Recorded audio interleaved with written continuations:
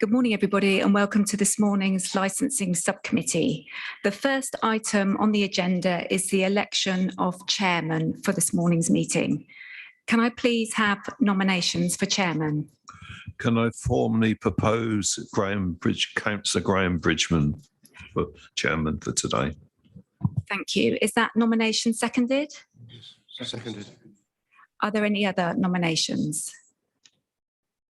Thank you. In which case, Councillor Graham Bridgman is duly elected chairman of the subcommittee. Thank you, members. Thank you, Joe.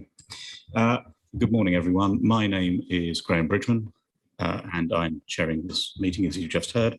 I will go through the process, how we're going to conduct this meeting in a moment. But before I do, I'm going to ask Joe, who's clerking the meeting, to take us through the way in which we will participate in this hybrid meeting. Joe.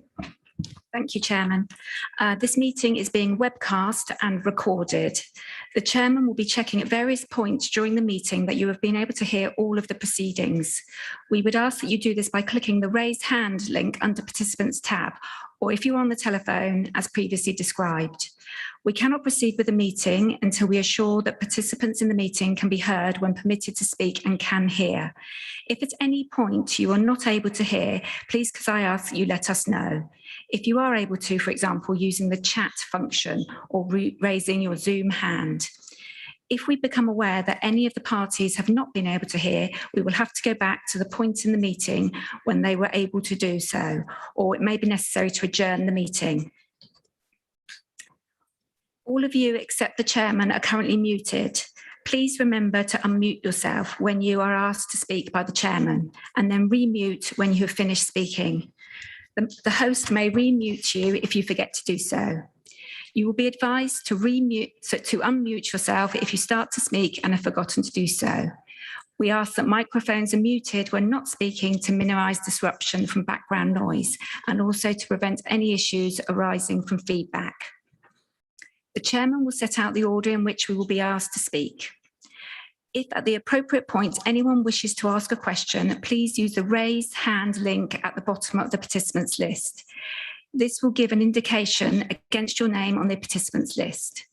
The chairman will then be notified that you wish to ask a question. The chairman will then invite you to ask your questions in the order that he deems most appropriate. Once you are speaking, please lower your Zoom hand. The host may cancel your Zoom hand if you forget to do so. If we need to adjourn the meeting at any point, the chairman will adjourn and all parties will be advised of the revised time and date of the meeting. If it is a short adjournment, you'll be able to rejoin this Zoom meeting. Otherwise, a fresh appointment will be sent out. Does anyone have any questions about the way the meeting will be conducted? Right, thank you, Joe, for that explanation. I should mention to anyone who is Zooming in and indeed in the chamber that the raise hand function on webinars has moved. It's no longer at the bottom of the participants list. It's actually should be in the row of keys along the bottom of your screen. So just so we can have a test and make sure that everyone understands what we're up to, because it is important that we ensure that everyone who's in the meeting, whether they're physically in the meeting in the chamber or Zooming in, has heard everything that's being said. I will ask this on a regular basis. Could you please raise your Zoom hand now so I can check that everyone understands what we're up to and is able to do it? That is fine. Ms. Manarajan, you haven't raised your Zoom hand. There isn't the raising hand button. Okay. Right. You don't have do you have a row of keys along the bottom of your screen? Things like unmute, stop video, participants, chat, so on and so forth? Yes. Lower hand and raise hand should be one of those. No, it says participants, chat, share screen, record, and live transcript. Ah, that's interesting. Right, how are we going to achieve that? There isn't a reactions tab either, because sometimes it's in the reactions tab.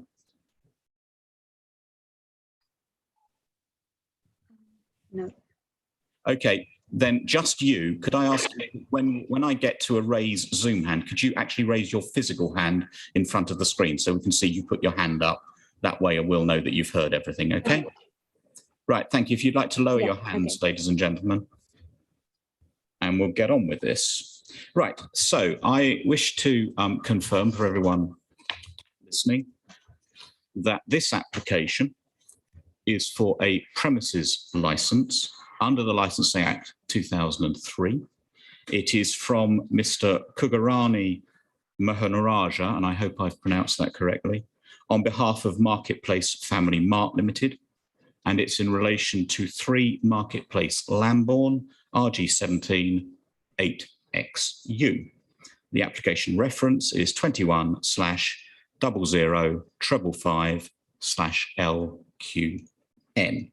Now, on this morning's licensing subcommittee, I am supported by councillors Phil Barnett and David Marsh, and we also have Councillor Jeff Beck in the room as a substitute should anything happen that one of the 3 of us can't continue with the meeting for one reason or another. For example, if we suddenly discovered there was a conflict of interests. The solicitor advising this hearing is Beth Varco, and you've already heard from her. Joe Watt is acting as clerk to the meeting and will maintain a record of the proceedings. We are also being assisted by Stephen Chard, who is acting as Zoom host. Now, so far as those participating in the meeting are concerned, Councillor Howard Wollaston, who is the ward member, can't attend, and Councillor Rick Jones is going to speak on his behalf.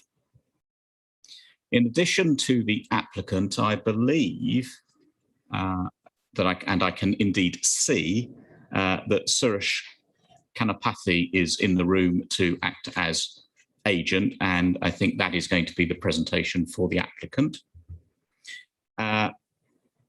We have, and indeed the reason we are here, is that there were objections to this application. None of the objectors have asked to speak remotely. And as far as I understand, none of them, they could nevertheless attend physically and would be welcome to speak if they were here. But I don't believe, and I'm looking across the room, that any of them are actually in attendance. So I don't think we have any objectors. We do, however, have 2 supporters, and they are physically in the room. Welcome. And they're Mr. and Mr. Akhtar, and we will come to them in due course. In addition, obviously, on behalf of the licensing body, we have one of the council's licensing officers, Brad Tim, who's attending in person and will be speaking with regard to the application. Now, as I've said at the start, it is very important that we can all hear everything that is said, which is why from time to time, I will ask you to raise your Zoom hand or raise your physical hand to ensure that everyone has actually heard what's been going on. If at any stage you're unable, as the clerk said, unable to hear, you do have a chat function. If you'd like to type into that chat function that you have lost connection or something, obviously if you physically lose connection, we'll see your picture disappear. But that will give us an indication that we've got an issue and we need to deal with it. If there is a particular issue, we may have to adjourn and come back to the hearing. So I'm going to start with declarations. Before I do that, let's just make sure, as this is a test again, that everyone has heard what I've just said. So please raise your Zoom hand if you've just heard everything, or your physical hand if you can't find your Zoom hand. And that is everyone. I'm obviously not raising mine because I've heard everything I've said. Right. First item on the agenda is declarations of interest.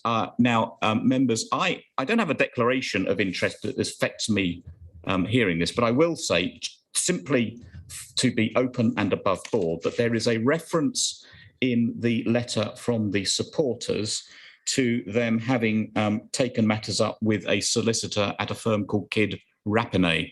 I was once a partner in Kidd Rapinay. I don't know Mr. Goddard, and I certainly wasn't at the Maidenhead office. I simply make that notice so everyone is aware of that connection. It is a very long time ago that I was a partner in Kidrepana, and it won't affect anything I do on this hearing. So let's get on with the procedure. The first item. Oh, I do apologize. Thank you, Beth. Beth has reminded me to make sure that none of our other members have declarations to make. I'm looking around the room. No one is looking at me to say, so no, we can take that there. And thank you very much, Beth, for reminding me. No declarations of interest apart from the one I've just made. So let us start. Brad, licensing officer, would you care to introduce the application, please? Good morning. My name is Brad Tim, and I'm a licensing officer with the Public Protection Partnership for West Berkshire Council. Can all participants hear me? Fantastic. Okay. So West Berkshire Council licensing received an application on the 20th of July 2021 for the grant of a premises license under Section 17 of the Licensing Act 2003 for the premises at 3 Marketplace. Licensable activities, specifically the supply of alcohol from 0800 hours to 2300 hours, Monday to Sunday, for consumption off the premises. So the 28-day consultation period ran from the 29th of July 2021 to the 25th of August 2021. Responsible authorities, ward members and the parish council were advised of the application by email on the 28th of July 2021. The application has been advertised in accordance with the regulations, blue notices displayed at the premises and checked by an officer from the Public Protection Partnership on the 4th of August 2021. The notice was published in the Newbury Weekly News on the 5th of August 2021. So during the statutory consultation period of 28 days, the licensing authority received an objection from a group of 14 residents. Representations are attached as previously referred to by the chair. The residents have listed a number of additional conditions they would like to see imposed if the application is indeed granted. All 4 objectives were quoted, obviously those being the prevention of crime and disorder, the prevention of public nuisance, public safety, and protection of children from harm. So no representations from the responsible authorities were indeed made. The only other relevant information is that Thames Valley Police and the applicant agreed additional conditions. Again, they've been attached, Appendix 5 to the report.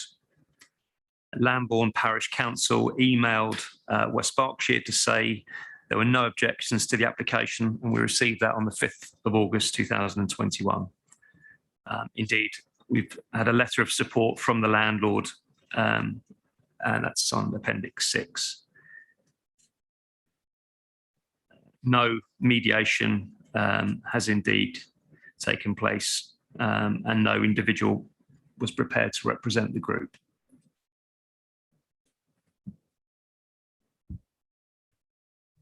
Thank you. Just to expand on the explanation as to how we go about things, each element, the licensing officer, the applicant, supporters will get their chance to speak.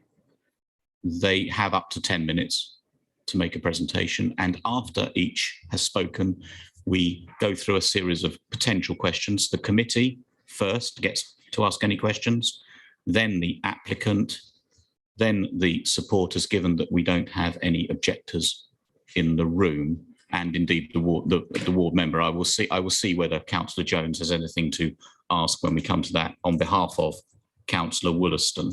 So first things first, members, do you have any questions for the licensing officer?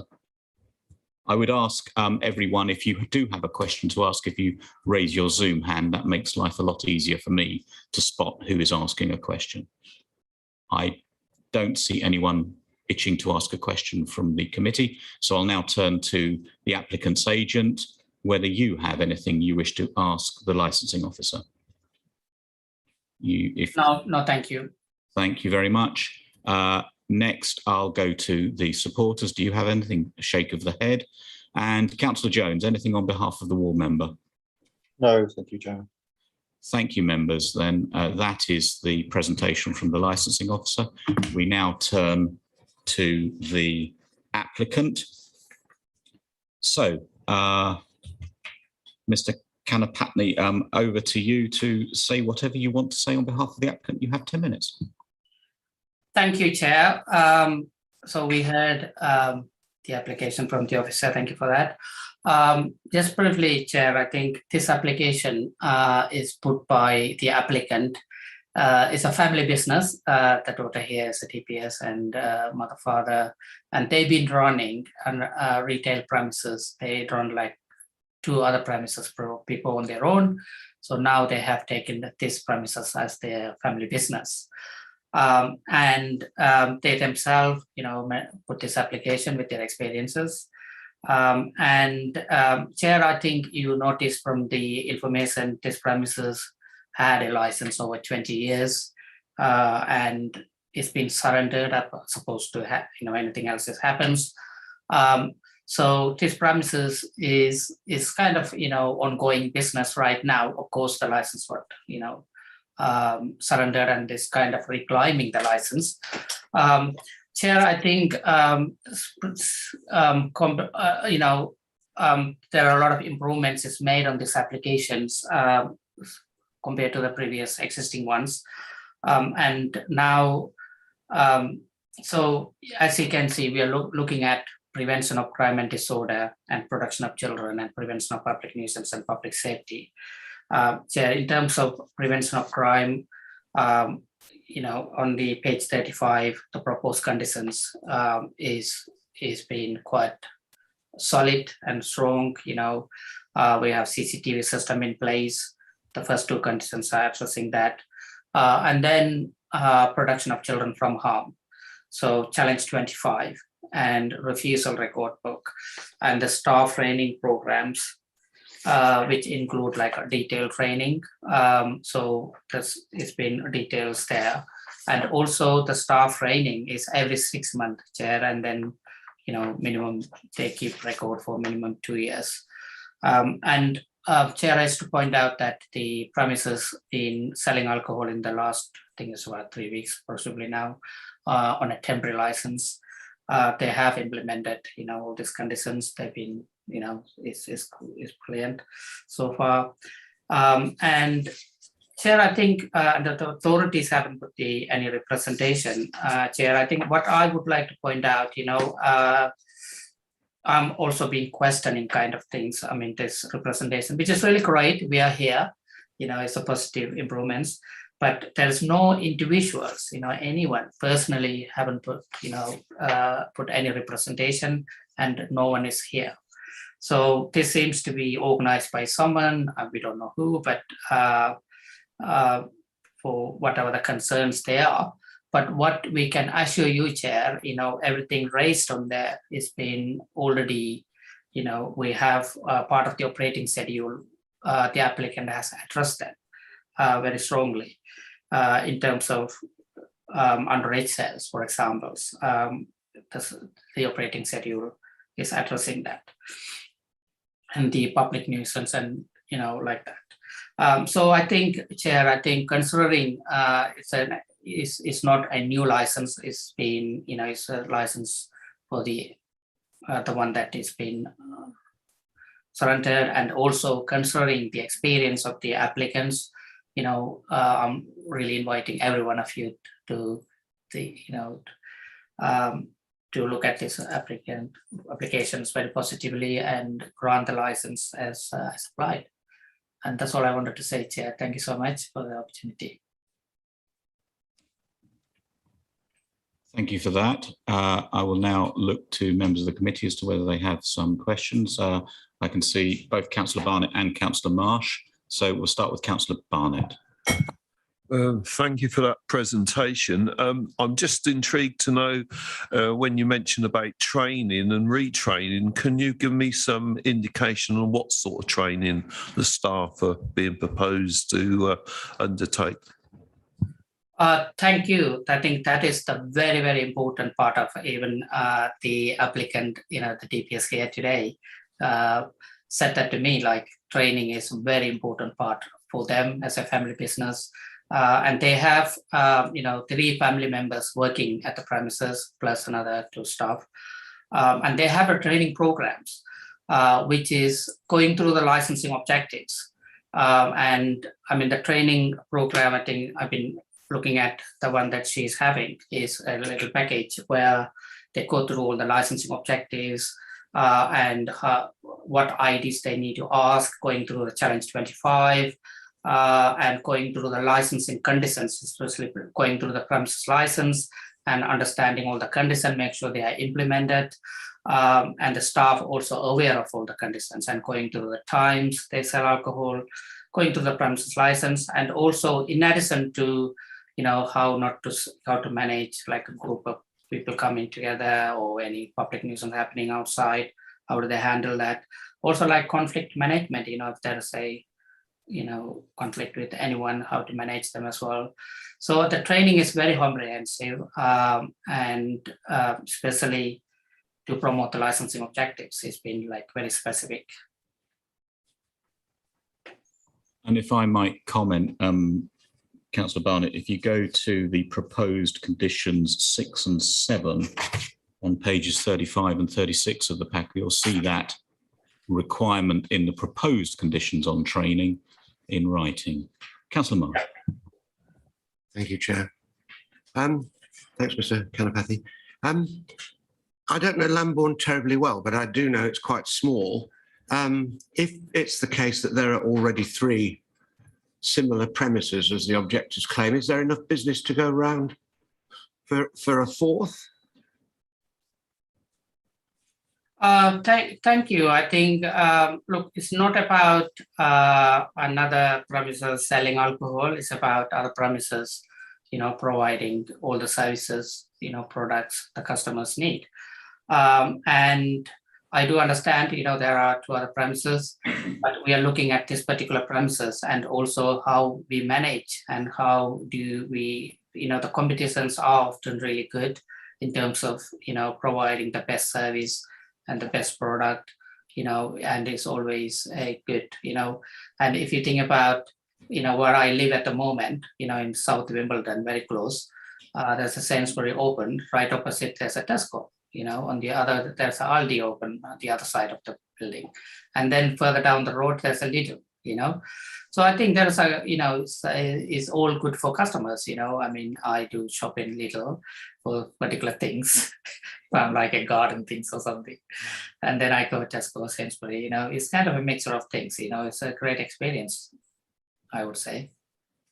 But importantly, how the premises is managed and how they are promoting the licensing objectives. I think that's what matters in terms of licensing. Thank you very much. Thank you. Thank you. I think just to follow that up, and indeed it comes from the pack, just to confirm perhaps that the premises on this site was previously the Lambourne convenience store. And that had been, I think you said that had been trading for some considerable time, and that premises is now shut for a couple of years, but had a license. That's true, yes. 2019. Thank you. Yeah, that answers that question. So that, I think, is all the questions from members of the subcommittee. So I'll now look to see if anyone else. So we start with Mr. Tim. Do you have any questions for the applicant? No. And that just leaves the supporters. Do you have any questions for the applicant? Mike. Oh, sorry. One of the panel members mentioned that the village was quite small. What number is quite small? Because there's a 5,000 population from what I remember. Well, I think you'll have your chance to make that comment. Okay, I wasn't sure. But it's not really a question for the applicant, but so just to confirm that everyone has heard everything thus far. raise your Zoom hands or stick your hand in the air. We're getting quite slick at this, aren't we? There you go. Thank you very much indeed. Chair, I have my hand raised for a question. Oh, I do apologise. Thank you, Councillor Jones. I'll come back to you in a moment. Let's just confirm that both the applicant, both parties in the applicant's field, you are nodding and you're saying that you can hear everything. Oh yeah, we can hear. Say lovely. Thank you very much indeed. I think that's confirmation. So now, Councillor Jones, you had a question. Yes. Thank you for the presentation, Mr. Kalapathy. Thank you. You mentioned in your presentation a temporary licence. I'm presuming that the current sales of alcohol and the advertising of the off licence are permitted under that temporary licence at the moment. So no, I think the permanent license with the premise license we are here today is not been granted yet. But so in the last 3 weeks, there is we can apply for 21 days for a temporary license to sell alcohol, and there are some certain limitation to it. So we applied for that, and they've been selling from the temporary license, and it's been authorized by the authorities as well. Okay, thank you. Okay, I'm actually going to depart from procedure a little bit and invite the licensing officer just to comment on the temporary license position, just so that we're all clear on that. Thank you, Chair. It's not something, to be quite honest with you, I'm aware of, as I have been drafted in last minute. The licensing officer that has been dealing with this, Millie, is unfortunately away, has been rushed away. So it's not something I've been privy to in any way, shape or form. Obviously, if the temporary license was granted by the licensing or public protection team, it would have needed to have hit certain objectives. So the licensing authority would have been happy at the time to grant that license. That's all I really have to say on the matter. Thank you. And I just wanted to say, I think we don't call that temporary license. We call it temporary event notice. It's a 10. It's a 10. I think we know what a 10 is. Yes, it's a temporary event notice. That's right. Right. Okay. So that, I think, is everyone having had their opportunity to ask questions of the applicant. I see no one putting a hand up to tell me I'm wrong. So we don't have any objectors present, either virtually or in the room. So there are no objectors to speak. So we now move to supporters. So as you've heard, you have 10 minutes.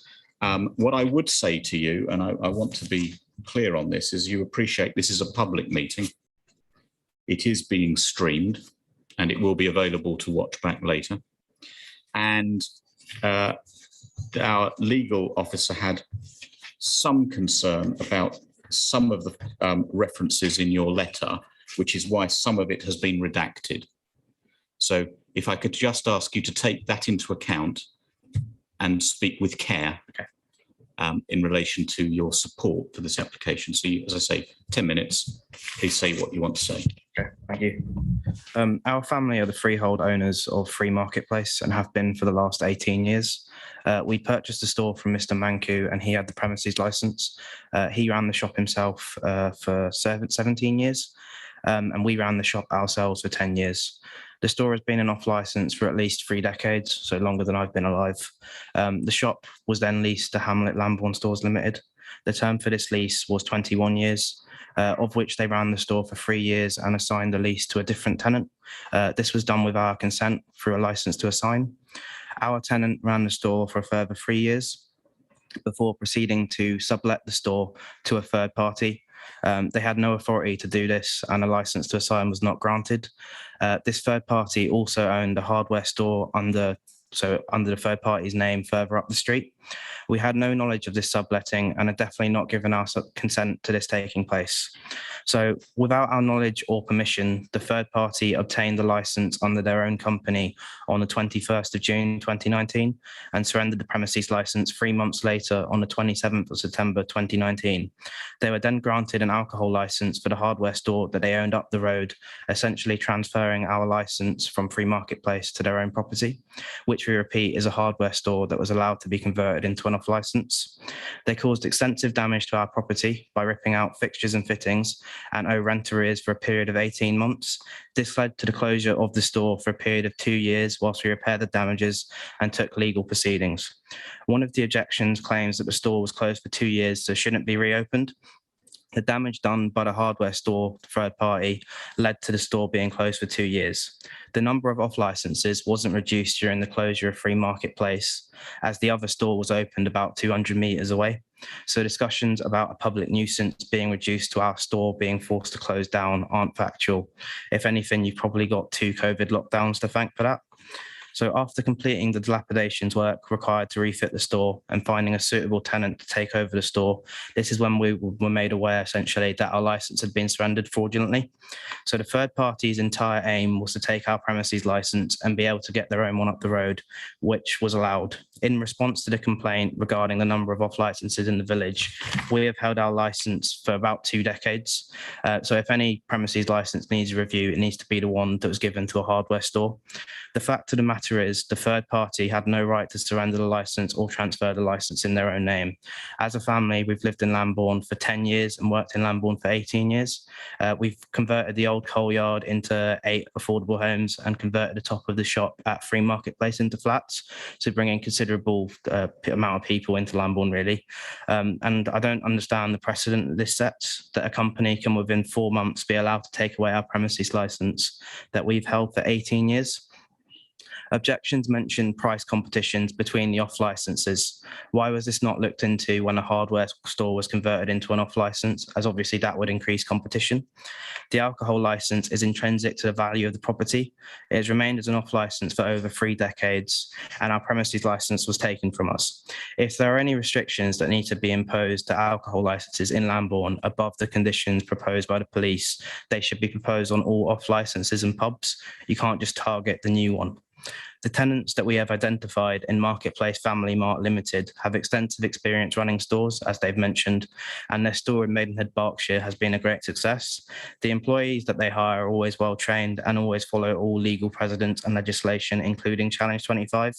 They have agreed to all conditions that were proposed by Thames Valley Police, addressing the concerns and proposed conditions of the objectors. And I think from the pack, there wasn't any objections made by the Child Safeguarding Organisation as well. So we have a good rapport with a lot of the locals, and when we were working on the property, a lot of the public approached us and asked when we were opening the store open again because they missed our family run store. So we were honestly surprised to see objections to our application. Thank you for giving us the opportunity to speak at this meeting.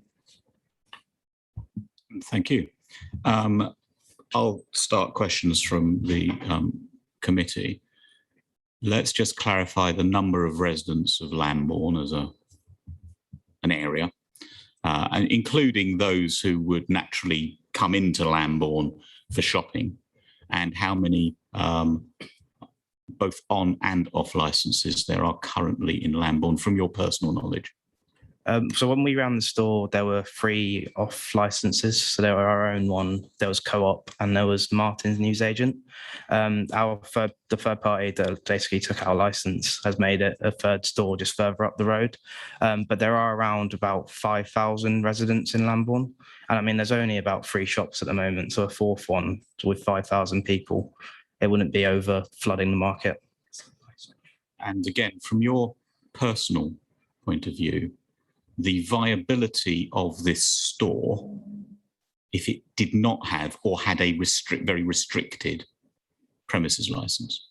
I think it would ruin the value of the store, to be honest, because all the other stores have a premises license. So people come in for, their weekly shop, but they also want just like a bottle of wine on the side. Thank you. Members, any other questions? Yes, Councillor Marsh. Thank you, Chair. In your experience in the business, is there a correlation between when you get greater competition, does that drive prices of alcohol down? And does that then lead to the risk of what the objectors call binge drinking? Does that I think, to be follow, or honest, is that everyone buys it from the same kind of wholesalers. So you're always selling it around the same price.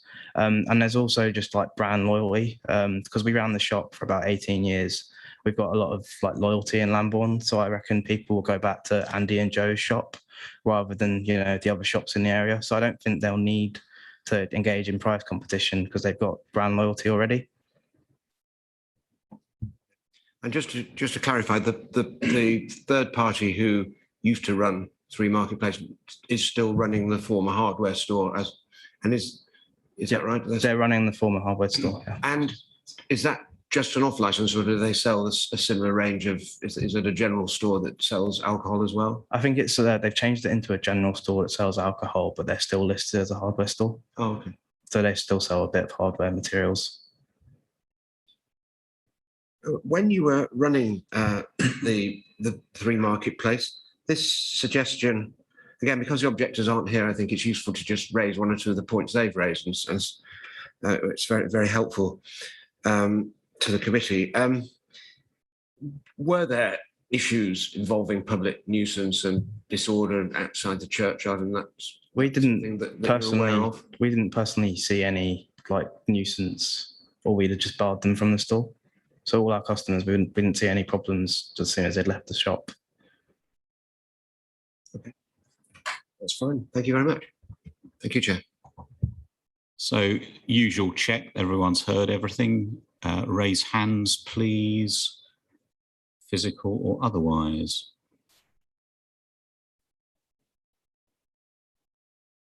I can see everyone. Can you just nod at me, Ms. Manarajan, that you've heard everything? You have, lovely, thank you very much. Okay, we now move on to the ward member. As I said, the ward member isn't present, but Councillor Jones is here to speak on his behalf. Councillor Jones. Thank you very much, Chair. The ward councillor is Councillor Howard Wollaston, who's asked me to represent him on his behalf. I should say at the beginning, he has no objections to the alcohol licence per se, and he understands the history of the store as been presented. His only real concern is the rather garish advertising signs outside of the premises, which he believes are not in keeping with the centre of Hungerford, Lambourne, at all, and he would like those to be addressed. I suspect from my licensing training that is primarily a planning rather than a licensing issue. But one of the signs is in the high street is brightly illuminated. So I guess one of the public nuisance aspects is lighting. So maybe the committee would just like to have a quick look at that aspect of it. Apart from that, he has no objections. Thank you. As you were speaking, I was thinking, is that licensing or is that planning and the advertising regulations? But I might go to our licensing officer in a moment, but we'll hold that thought. I'll see whether other members of the committee have any questions for the ward member. No one is looking at me. I will now see whether anyone else. I'd just raise your Zoom hand if you wished to ask any question of the ward member, or more to the point, the ward member's representative. No one itching to. Oh, go on then, ask a question. Oh, no, thank you. I think that's great, Mr. Jones, to bring that up. I was aware of it. But it's just the signs, right, in the shop signs, no other posters we're talking about. Illuminated shop signs, the name of the shop, right? Yeah, there's an illuminated sign of the shop signs, yeah. The high street. Okay, I got it. And there's a sign on the wall that's next to the church. Sign on the wall next to the church. Okay, that's clear. Thank you for that. So we'll look at that. Thank you. So no other questions. I will now invite Licensing Officer to comment on advertising in relation to the Licensing Act. Thank you, Chair. Unfortunately, we have no say in the matter when it comes to the signage and its psychedelic colouring. It will be a planning issue. Thank you. Right, I think then that is the presentation and representations from all of the parties. So we allow the applicant or their agent to sum up and make any other statements they wish to make, but it has to be in response to any comments that have already been made. Can't be introducing new material. So whether you wish to or not is entirely a matter for you. I wait to see whether you do. Thank you. I think all the one comment I can make, and it's and I'm sure the manager and the TPS, Thilaxi Monoraj, is here. I think will definitely be prepared to work with the local ward councillors, addressing any concerns they have. That's all I wanted to say. I think maybe I will get her to get in touch with them to look at that. Thank you. And thank you for that. I would certainly suggest, and Councillor Jones can pass this back to Councillor Wollaston, that Councillor Wollaston might well wish to be in touch with you and with the applicant in order to discuss such matters from a general ward perspective. So, thank you, Chair. I'll pass that on. Thank you, Councillor Jones. So, everybody, I wish to thank everyone for their attendance, virtual or physical, today, and for making the case. What will now happen is that the members of the subcommittee will retire to consider a decision, and we will issue a written decision as soon as possible, but at the very least within 5 working days. So at the most, it will be 5 working days, but I hope it won't take that long. And that closes the meeting. I will ask everyone to stay online for the moment until we have it confirmed that the meeting is no longer being streamed, but I call the meeting to a close.